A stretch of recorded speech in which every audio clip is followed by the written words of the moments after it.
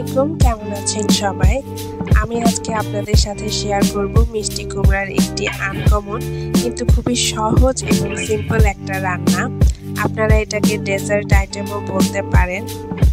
কিছু অঞ্চল ভিত্তিক রান্না থাকে না, যেগুলো আমাদের মারা তাদের দাদি কিংবা তাদের মার কাছ থেকে শিখে আসছে।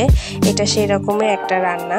যারা মিষ্টি কুমড়া খেতে পছন্দ করেন, আশা করছি তাদের কাছে এই রান্নাটা ভালো লাগবে। তো কথা না বাড়িয়ে চলেন শুরু করা যাক। সেই জন্য প্রথমে আপনারা এখানে দেখতেই পাচ্ছেন আমি একটু লম্বাটে করে মিষ্টি কুমড়োটাকে কেটে নিয়েছি। একটু মোটা সাইজের করে নিতে হবে।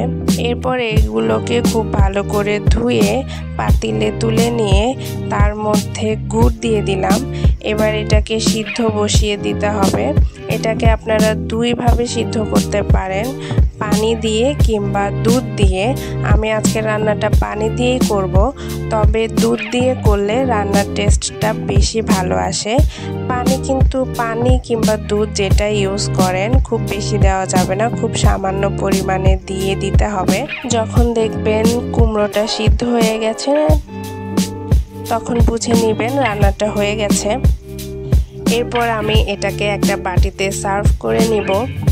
কত সহজেই তৈরি হয়ে গেল মিষ্টি কুমড়ার খুব সহজ একটা ডেজার্ট আইটেম। আমি আবারও বলছি, যারা মিষ্টি কুমড়ো খেতে পছন্দ করেন তাদের কিন্তু এই রান্নাটা খুবই ভালো লাগবে। আপনারা বাসায় ট্রাই করে দেখতে পারেন। আর আমরা কম বেশি প্রায় সবাই জানি মিষ্টি কুমড়োতে ভিটামিন এ থাকে, যেটা আমাদের জন্য খুবই দরকারি একটা ভিটামিন। আর হ্যাঁ, এখানে কিন্তু খাওয়ারও দুইটা প্রসেস আছে। আপনারা ইচ্ছা করলে এভাবেও খেতে পারেন, আবার এর মধ্যে দুধ দিয়ে ডুবিয়েও খেতে পারেন। দুভাবেই ভালো লাগে। ঠিক আছে, আজ এই পর্যন্তই। আমার নতুন এই রান্নাটা আপনাদের কাছে কেমন লাগলো আমাকে কমেন্ট সেকশনে জানিয়ে দিবেন। আজকে তাহলে বিদায় নেই। আল্লাহ হাফেজ।